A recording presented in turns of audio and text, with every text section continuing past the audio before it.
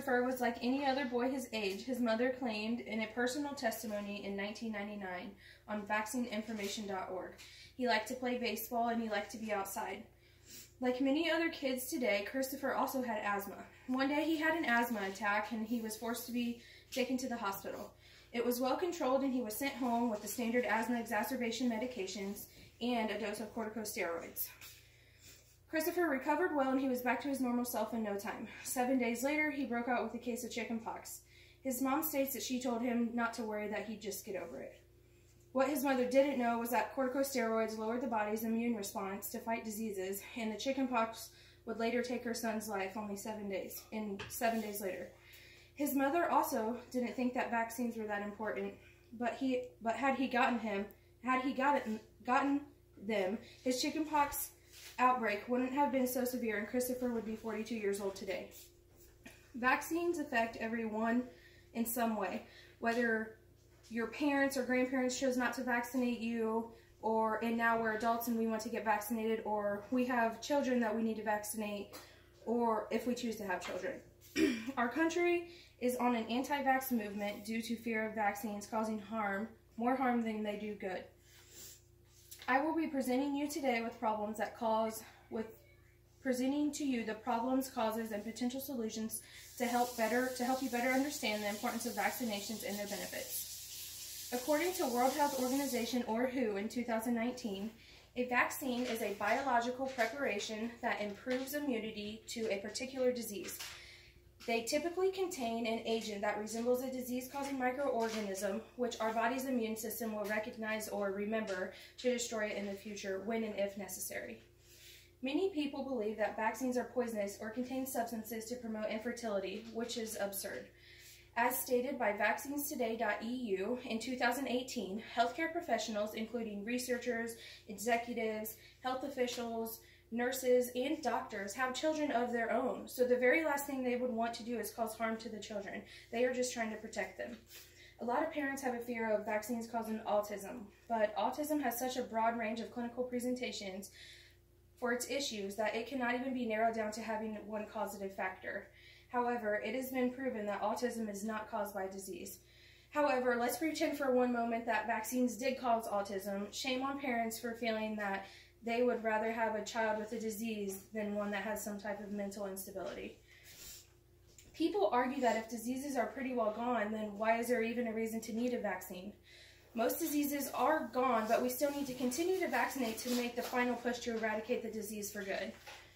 We are a privileged country to have this medical advantage, yet people still don't choose to take advantage of these vaccines. The Global Vaccine Action Plan, or GVAP, is a plan set in motion by the World Health Assembly in 2012.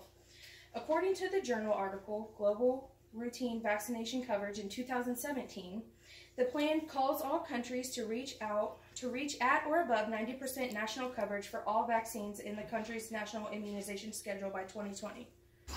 With the help of this program, globally, the annual number of surviving infants grew by 5.7 million between 2007 and 2017, from 130.5 million to 136.2 million. That's a 4% increase. So why are people still choosing not to vaccinate their children? People focus more on the risks and failures of vaccines, but vaccine.gov states it is very unlikely your child will experience any serious side effects from the vaccine, but if something seems to bother you or shows concern to you, you can contact your primary care physician. Families with low income may also not have medical insurance, so they believe that they don't have the means necessary to get their children vaccinated. So there is a Vaccines for Children program that is federally funded, and this program specifically helps families like this, and they provide all vaccines to children at no cost. Celebrities or public figures share stories which may influence parents to not vaccinate their children. However, they most likely do not have any type of doctorate degree, so that really doesn't give them the right to recommend healthcare advice to others. It's simply just an opinion.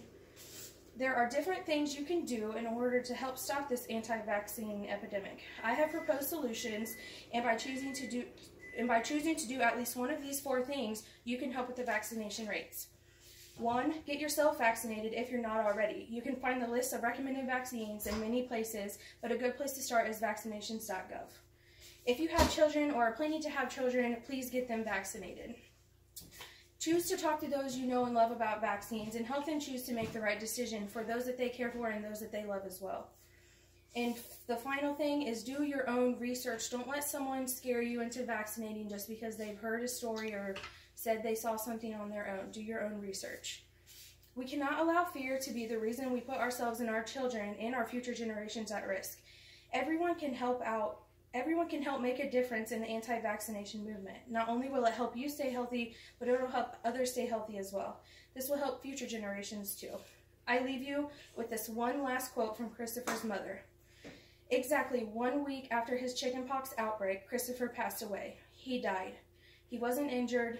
He wasn't left acting differently. He wasn't crippled. He was dead. He died. My priceless little boy lay on a cold steel table, swollen beyond recognition, cold and dead. Gone from me and gone from life itself. I cannot kiss him. I cannot see him or listen to his laughter as he chases a ball or his old pet dog.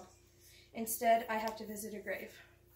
Let's choose to protect ourselves, our children, and others so we don't have to experience pain and remorse like Christopher's mother does every day.